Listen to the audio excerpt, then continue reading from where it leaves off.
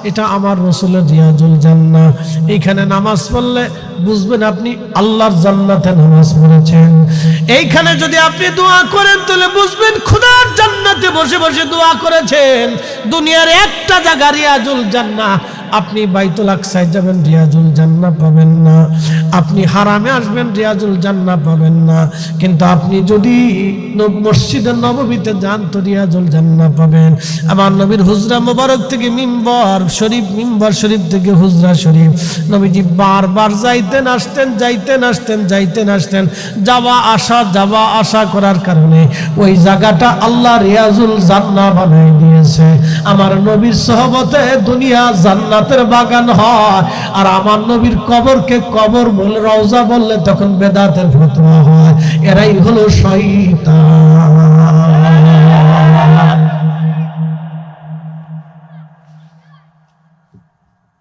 ওয়াজ directly Bangla Chang La করে লাভ নেই, সোজা বুঝি ও বাপ হলেও সারাসারি নেই। বাপ কি কথা কর না কেন, ঠিক কিনা? রাসূলের সাহাবতে মসজিদ রিয়াজুল জান্নাহ হয়ে গেল, আল্লাহর খাস জান্নাতের বাগান হয়ে গেল দুনিয়াতে। এই জন্য কাজী নজরুল লিখেছিলেন, ধুলির ধরা বেহেশত আজ, মারহাবা কর, ধুলির ধরা বেহেশত আজ, জয় করিল দিল রে লাজ, আজকে খুশির ঢল নেমেছে ধূসর সাহারা, আয় রে সাগর আকাশ বাতাস দেখবি যদি আয়।